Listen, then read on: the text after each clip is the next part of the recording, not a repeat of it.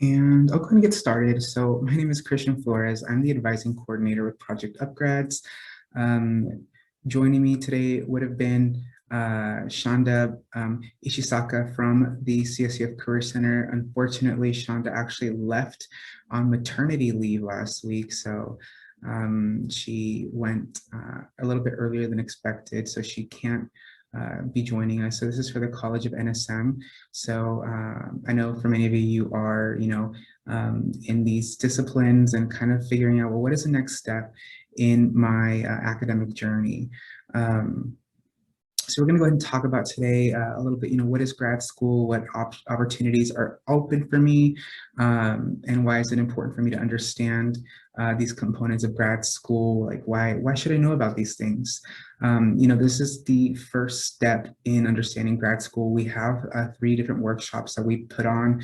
The first one is this Grad School 101. We do also host, the Cal State Apply workshop once you are ready to start applying, and also a financial aid workshop to kind of give you the ins and outs of financial literacy. So if maybe you don't see the information you want here today about, financial aid or how to actually start applying, that's because there are other workshops that we will be hosting. I know many of you are third year or juniors, so I do encourage you to attend those workshops in the fall once you get closer to the application periods.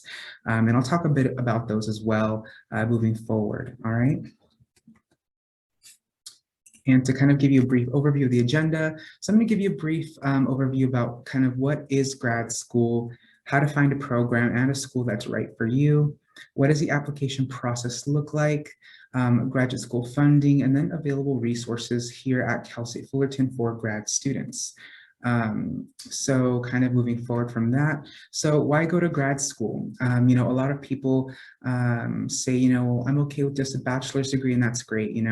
Bachelor's degrees alone open a lot of opportunities further than, what a high school diploma offers, but grad school even goes beyond that, especially, if you are in the STEM fields or in the research fields, it does provide you with those opportunities.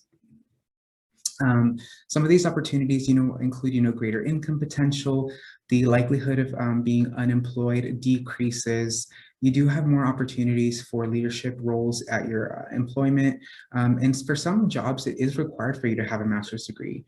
And your ability to kind of help your community increases.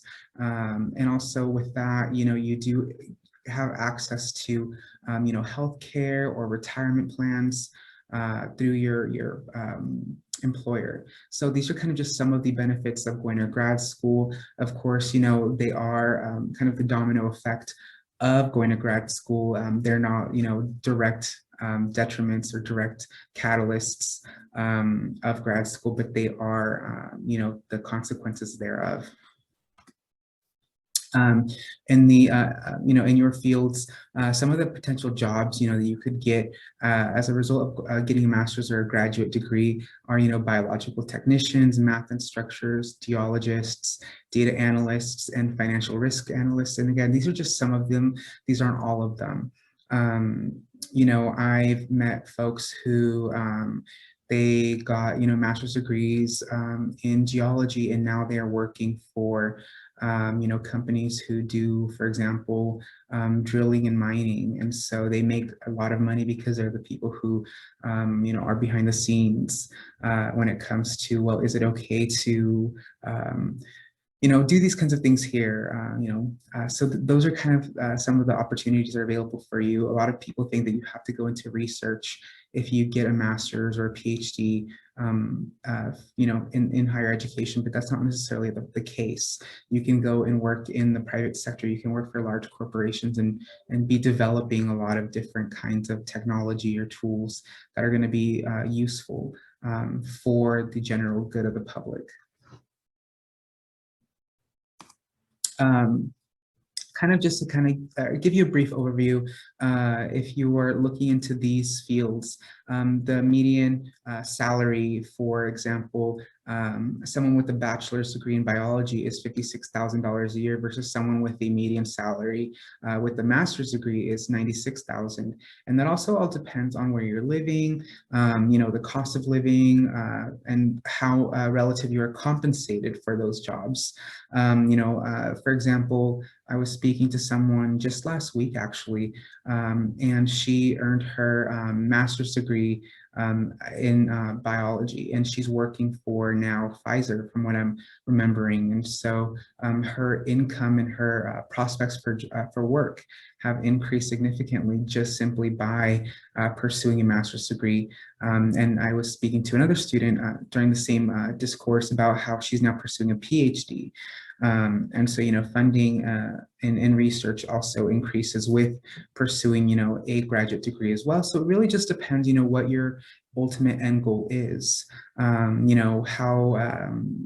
what program is right for you. And I'll talk a bit about that as well in terms of funding. Just briefly, again, we do have other workshops where I do go into depth about what does funding look like in grad school. So I really like this comic strip. This individual here is talking to their mom on the phone. They're in the process of defending their thesis. And so I'm defending my thesis, mom, and the mom says, great, what does that mean exactly?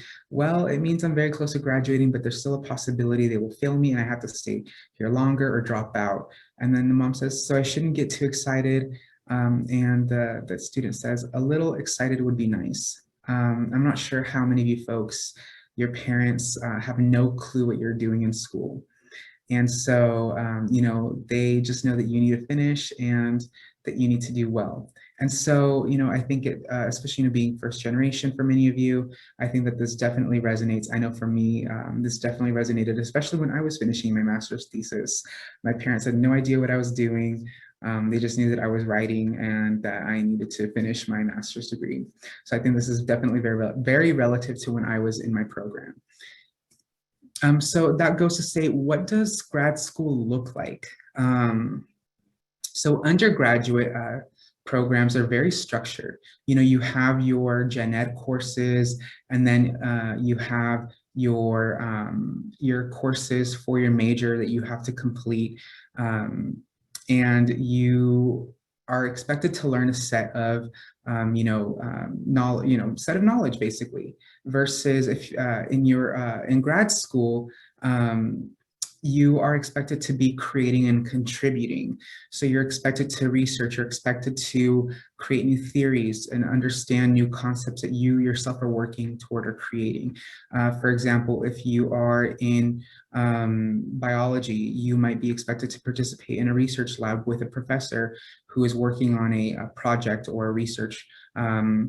And that's kind of the knowledge you're contributing to. If you are, I know many of you are not going to be in these fields, but if you are in the social sciences, you're going to be contributing to theories based around how society functions. And so that's kind of how the structure is different versus when you're an undergraduate, you're learning what's already out there, what's already known, and understanding it and expected to understand it. And so you're less autonomous as to what you're learning as an undergrad versus a grad student, because as a grad student, you're researching, you're learning, you're uncovering, and you're contributing most of all. So that's kind of what the difference is there. That being said, academics also look a lot different as grad students. A lot of students, when they come meet with me, they say, well, how many classes am I going to be taking? So a typical course load for a grad student can vary depending on the program, depending on the length of the program, depending on if they're expected to take on an internship or not. The one thing that remains true, though, is that you are expected to maintain a 3.0 throughout the course of your program. If you drop below a 3.0, you do get placed on academic probation. And if you don't maintain, if you don't get it back up above that 3.0, you are, basically at risk of being removed from your program. And so courses tend to meet once a week. They are 3 hours long. And they are usually in a discussion format. So, you would sit and talk and have these conversations with your peers, your colleagues, and your professor. And if you're in a lab, they would be guided labs, and they're typically, for the most part, offered in the evenings. So if you have a full-time job, you might be taking these courses after work, but just depending on the program, again, it really depends on the program. Again, with unit loads, the average load is usually 6 to 9 units. But some programs, again, if you're taking on an internship, they can be 12 to 15 units, like social work or counseling. So a lot of these programs, they are requiring you to take additional units. And so as you move forward toward completing your program, you might be asked, well, what do you want your culminating experience to be? And so culminating experience is basically a compilation of like what you're putting together every single thing you've learned in your program, and you are presenting it to your program and saying, this is what I'm contributing back to the program. So some people decide to write a thesis, some people are working on projects, and some people take comprehensive exams. Some programs will only let you do one, some programs will let you choose between two, or some programs offer all three options. I know when I was pursuing my master's, my program allowed between the choice of all three. I've seen some programs that they only let you take comprehensive exams, or some programs, they only let you do a project. For example, like I know in the College of the Arts, some programs may only let you do a thesis or a project. So it really just depends on your program, and it's important for you to know beforehand, before getting into it, what you're expected to do. Because as you're working toward that, for example, it might be easier to tailor your assignments in class toward that project. For example, as I was working on papers in my grad program, I made sure that every single paper that I wrote was tailored to what my thesis was going to be about. Even if it had nothing to do with the topic, I made sure that there was some underlying theme that related to my thesis. So again, that's why it's important to understand the culminating experience before you step into it and what you want to pursue. Really quick, I want to go ahead and see if there are any questions about that component before I move forward.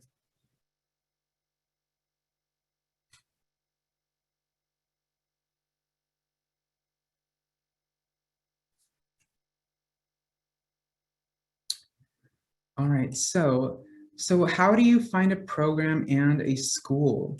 So that all really depends on you and what you need, what your needs are. So kind of, it's important for you to understand, first of all, what your interests are. If you're looking into a research school, if you, what kind of applications you are wanting to complete as well. Those are all really important components of deciding what schools are right for you. A lot of people, maybe they don't want to complete lengthy applications. They just kind of want something that's going to be simple and easy. Or they don't want to have to pay expensive amounts of money for applications because they simply can't afford it. Or they don't want to have to take the GRE, or they don't want to have to write statements of purpose or personal statements. It's really important for you to understand what is the program expect of me before I enter. And preparing application is more than just like what's on the surface of the application. Do I have to complete any internship hours in order to get into the program?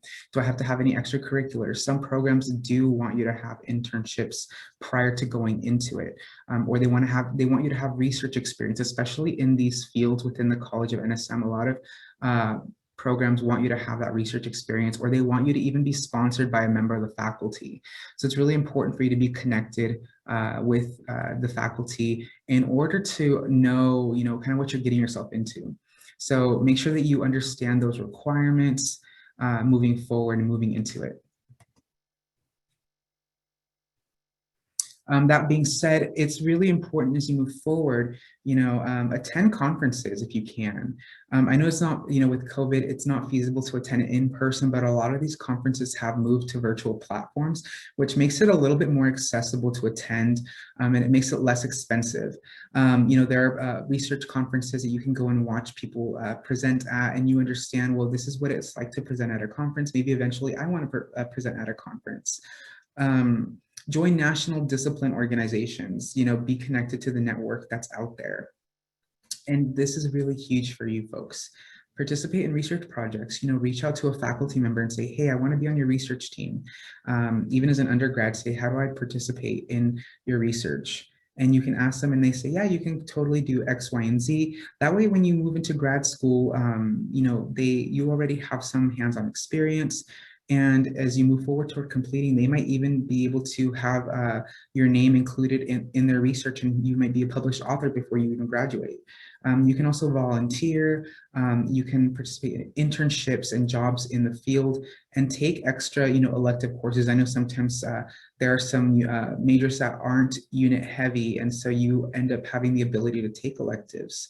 If you have that opportunity, you definitely should take advantage of that to kind of broaden your horizons a little bit. If you don't have the room for it, then that's totally okay. There are plenty of other opportunities to understand what your interests are without having to do that.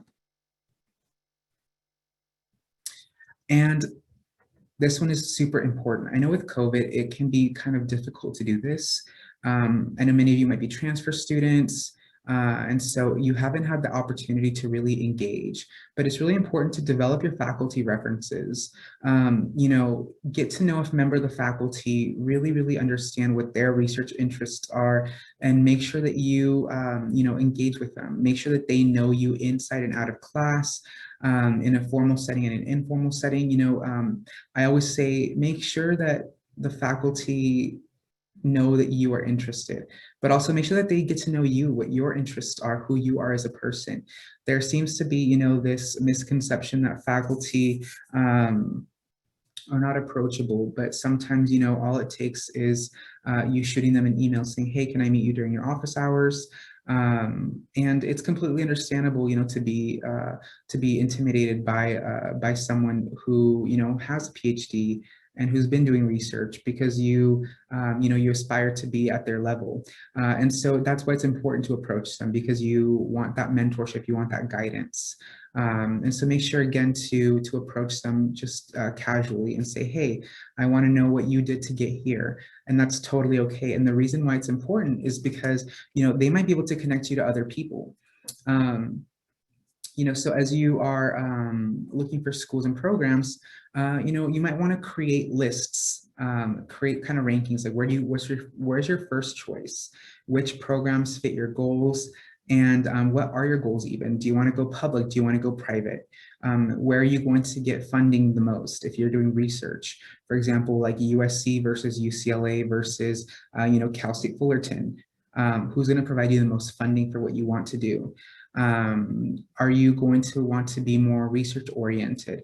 Are you going to want to, what's your end career goal? Do you want to teach at a community college, or do you want to be participating in, medical research? So that's kind of what's really important to ask yourself, and which one of those is going to help you get closer toward your end goal. And so that goes to say, how do you gather that information? You can look on the university websites and see what faculty are there and the research that they've worked on. And you can reach out to their faculty as well. And these are some really good websites to use. However, one thing I do recommend, again, is reaching out to the faculty here at Fullerton. The reason I say is a lot of faculty is interconnected. So maybe some of the faculty here might have gone to grad school with another faculty at another university, and they can connect you. Say for example, maybe you want to go to school in, on the East Coast, and there's a faculty member here at Cal State Fullerton who might have gone to school on the East Coast, or who knows a faculty member at a school on the East Coast. So it's really important to be able to network with the faculty here, and maybe they can connect you with another faculty at another university. That's really, really important. And I can't stress that enough. I'll give you an example. With this role that I'm currently in, I did my master's at Cal State LA, and I was connected with this position through my faculty mentor at Cal State LA. And so it goes to show, those networks are really important. Connect with the faculty at your institution, because they can connect you with other faculty at other places. So really quick, I want to go and ask if there are any questions, and we can kind of have a discussion about kind of the process of grad school. If there are any questions moving forward, I'm going to talk a little bit about funding, what kind of funding is out there, just briefly. And we can kind of pause right now and ask questions.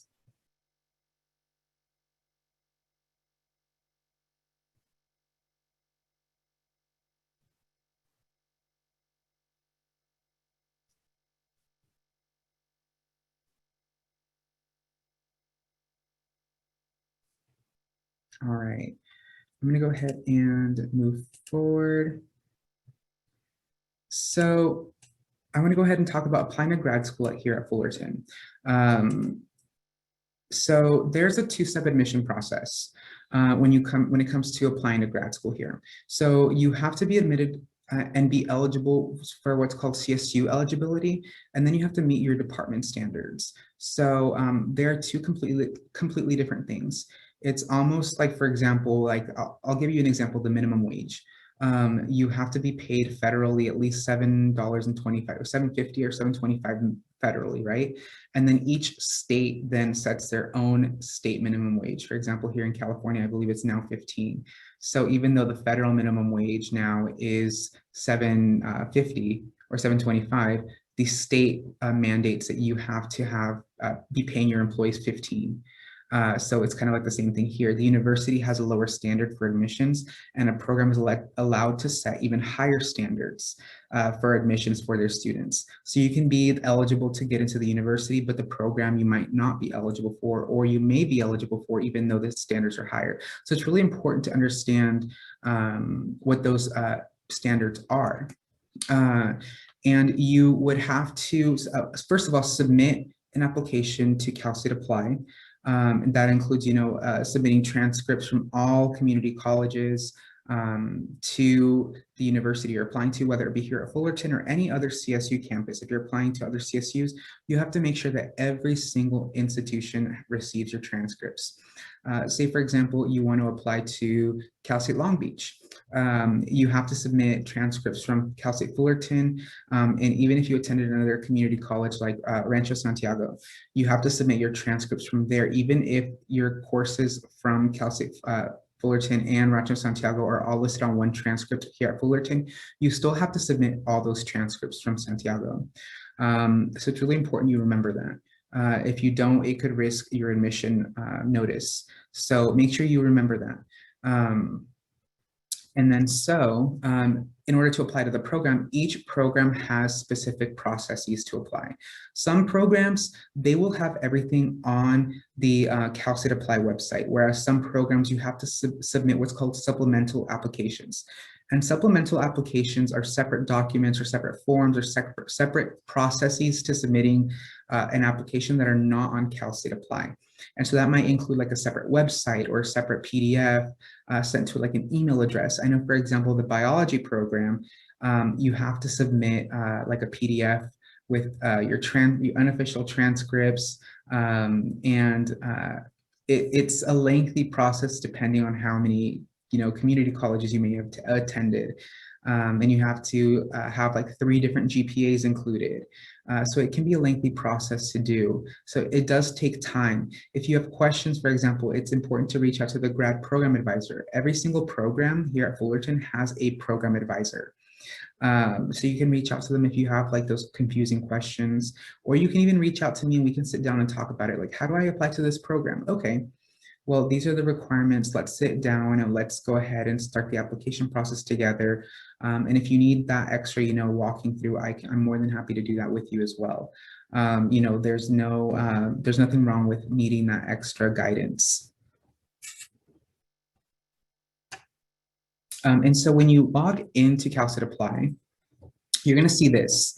And so when you're going to know what the program materials are based off of this.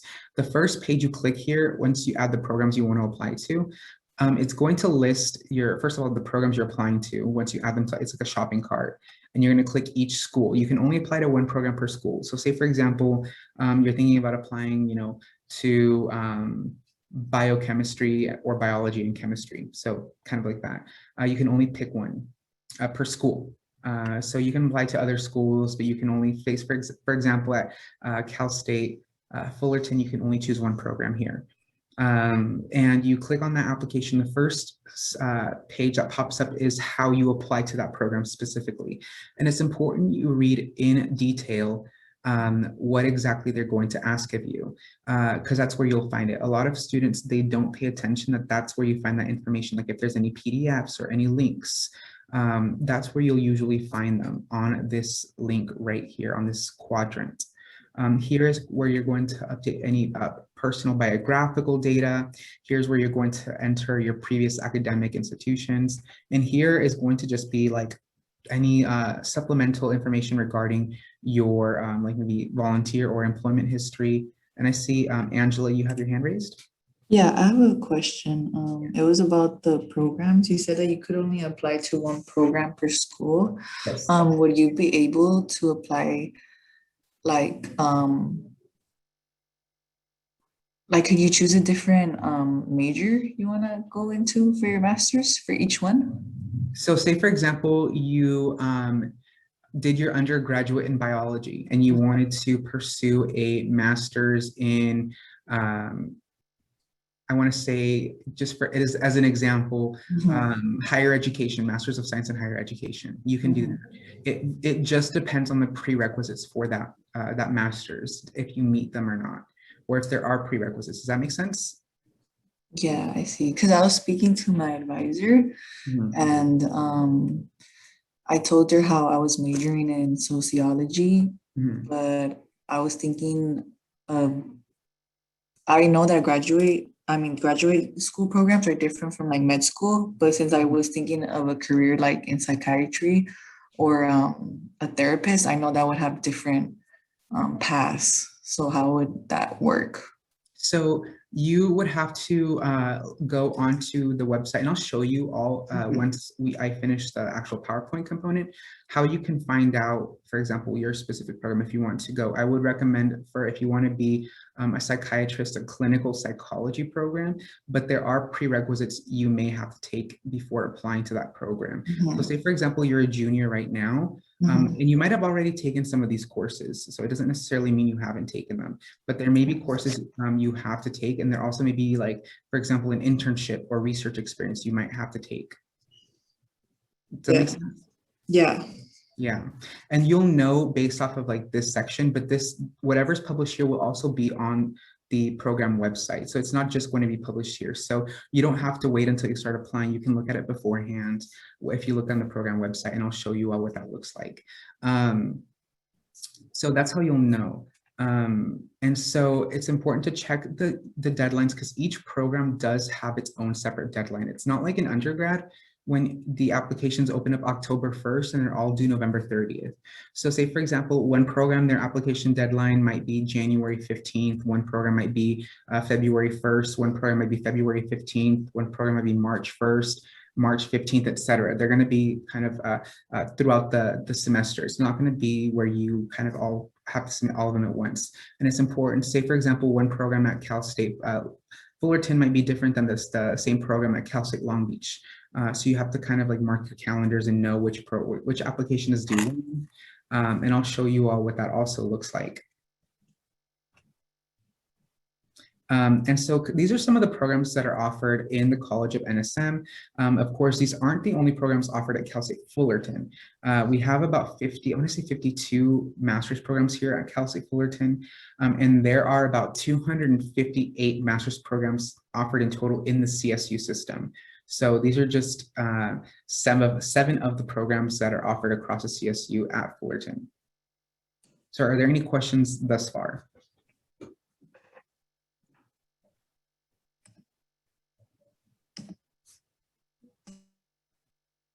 All right, let's go ahead and move forward. And so let's go ahead and talk a little bit about funding. I know that that's a really big question on people's minds. That's a concern, like, how am I going to pay for grad school? And there's a couple different ways. And the first one I want to talk about is the state university grant. The state university grant, it is, I know a lot of people here may have already been receiving the state university grant.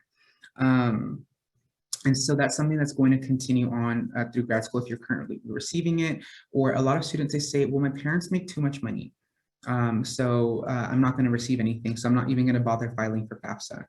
But that's something you have to really think about, because when you go into grad school, even if your parents claim you on your taxes, even if, all that stuff, you are considered now independent. So even if your parents claim you, your financial aid will no longer be dependent on your parents' income. So when you file your FAFSA, they'll no longer ask you for your parents' information. So just keep that in mind. And so the State University grant, what it will cover is the base cost of tuition. So at the graduate student level per semester, that's around $3,800 that it'll cover per semester. It won't cover like the student union fee. It won't cover, the student health center fee, the student recreation center fee, like ASI fee. It won't cover any of those. So you'll be paying around anywhere from, $300 to $600 a semester out of pocket, but it's a whole lot better than not filing your FAFSA and having to pay $4,200 out of pocket per semester. So let me just say that. So in order to be eligible for this, you have to apply for FAFSA or the California DREAM Act. So if you are a dreamer and you have AB 540 on file, you can still be eligible for this as well. You have to be enrolled at least half time, which would be 6 units.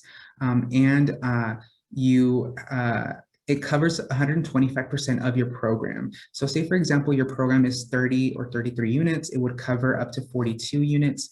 If your program is 60 units, I believe it covers around like 75 units, something like that. So it would cover a little bit more than your program, just in case you take longer to finish your thesis, or it takes a little bit longer to finish your culminating project or internship hours, etc. So it will cover a good chunk of your program, the majority of it, except for those fees. Again, that's something that you would pay out of pocket. Does anyone have questions about the State University grant?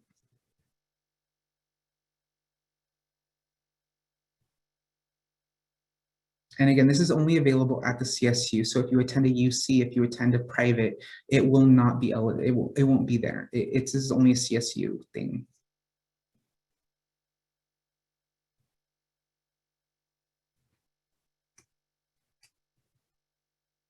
And so I want to talk about loans as well.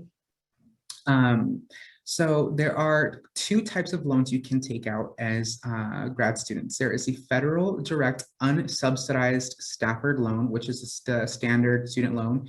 And then there's a federal direct plus loan for grad students. The federal direct unsubsidized Stafford loan, that's a standard loan that every grad student takes out. And so you have to complete the loan entrance counseling and master promissory note. I've talked a bit about this in my financial aid workshops. And if you haven't attended those, the current rate for student loans is at 5.28%, which is an all-time high. So this is the highest rate that student loans have been on in forever. And so the unsubsidized loan, what's important to know about unsubsidized is that the moment that you take out these loans, you start accumulating interest. So when you're an undergrad, you can take out subsidized loans, and subsidized loans will not accumulate interest when you're enrolled in school. Even if you go to grad school, they still won't accumulate interest. However, the unsubsidized loans, from the second they hit your student account, they will accumulate interest, and that's important to know. The federal direct plus loans, those require a credit check, and they are at 6.28%. So they are also higher than they have been in prior years. So it's also important to know, and this is pretty current information, this is for the current academic year. So they may go up next year as well, especially given inflation. I don't see that going down anytime soon, unfortunately. So it's important to know that they're available, but it's also more expensive to take out loans than it has been previously. Does anyone have questions about student loans or about the State University grant?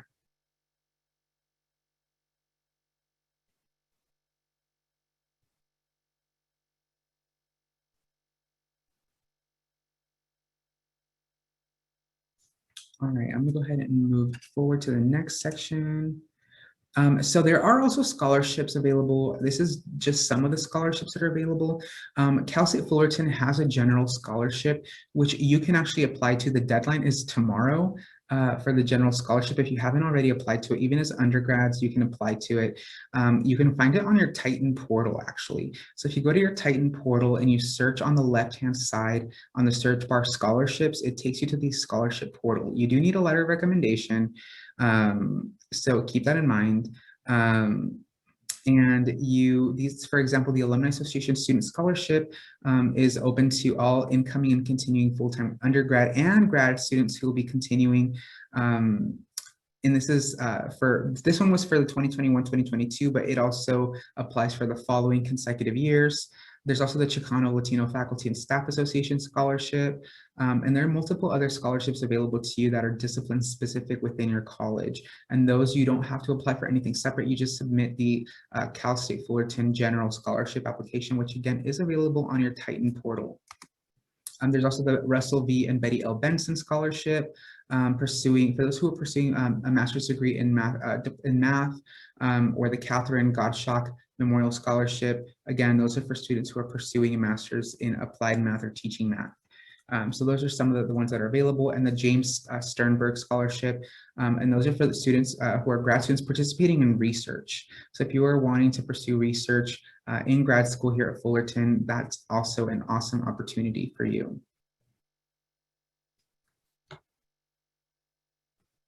All right.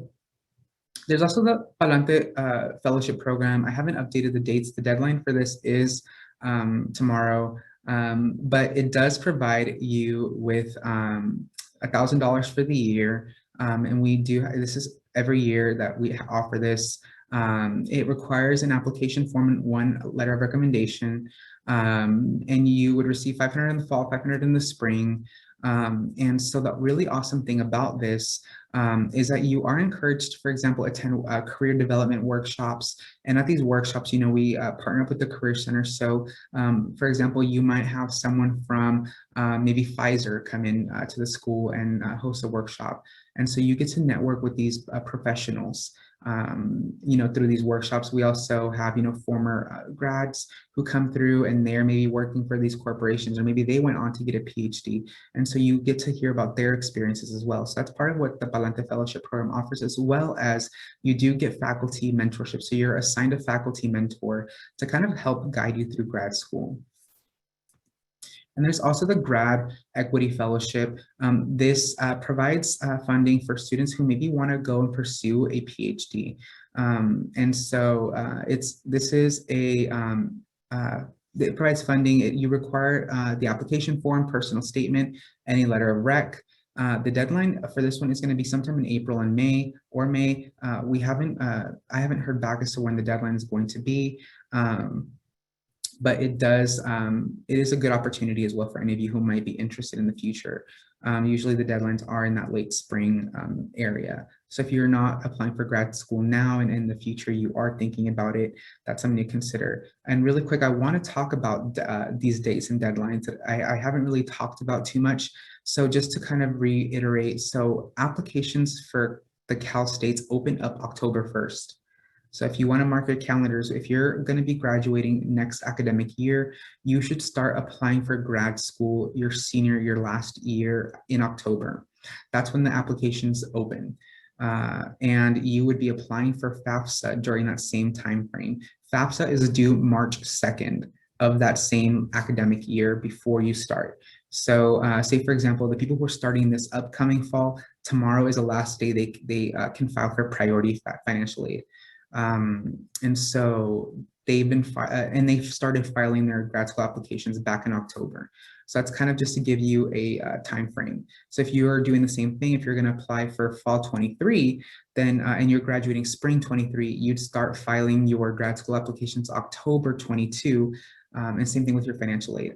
All right. Does that kind of answer any other questions as well about how that works in terms of timeframes?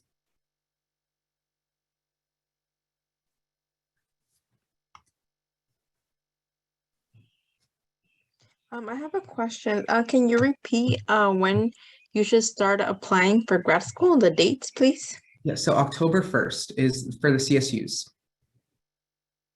Okay, thank you. You're welcome.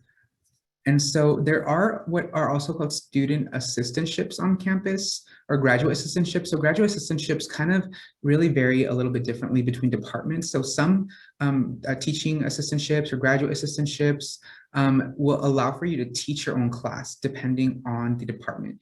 I know, for example, like geology or some even like biology, some professors will let you teach a class. And that depends on the department, on availability for course teaching. Some you will be helping like a professor grade assignments, etc. So you have to go to your professors and see what opportunities are available once you're in grad school.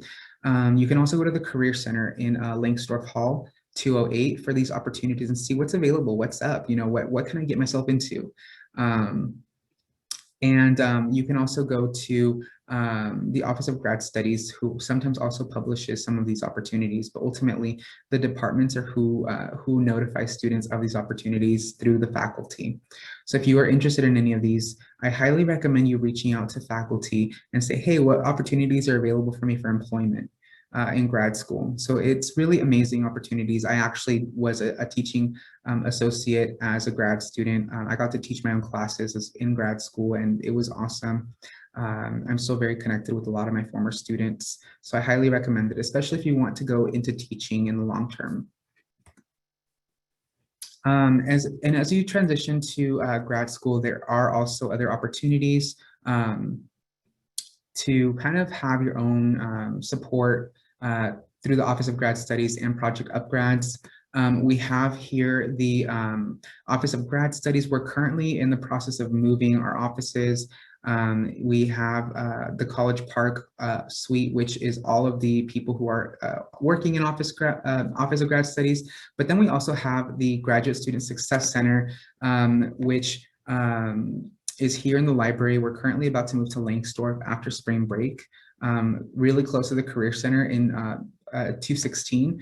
And so here it's a study space for grad students and prospective grad students as well. And we will be offering, you know, advising and student support to whatever capacity we can.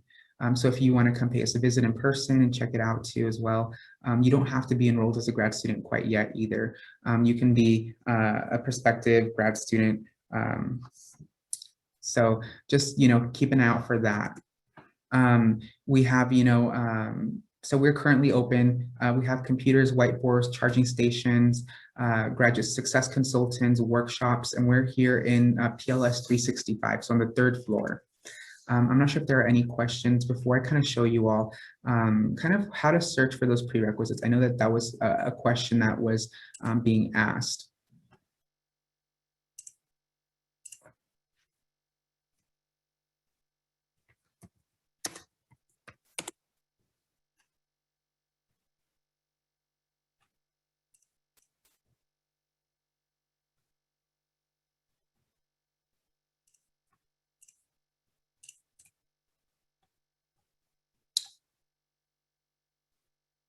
So here on the clinical psych, I know that you were asking, you would go to the,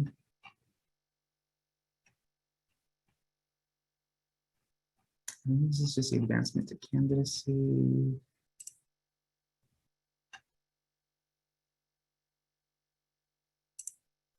So the prerequisite courses, so approved lower division or equivalent psychology coursework, you'd have to have these 3 classes completed. Intro to Psychology, Elementary Statistics, Research Methods in Psychology. So Psych 101, Psych 201, Psych 202, and then these 3 upper division courses in Psych. So Psych 341, 461, and 465. So you'd have to have these 6 courses completed in order to complete that or to be admissible to that program. And this is a disclaimer, psychopharmacology is required by the state of California for MFT and LPCC licensure. Pharmacology has a prerequisite of biopsychology 306. So then on top of that, you have to have that Psych 306. It is advisable to complete biopsychology or its equivalent prior to entering the MS program. Students who have not taken biopsychology may audit Psych 306 prior to entering or during the program. And then students who can complete Psych 461 psychological testing and Psych 465 advanced studies after admission into the program, although this may delay graduation. So it does give you these disclaimers, but you can apply to the program not having majored in psychology, just to kind of give you that understanding of that.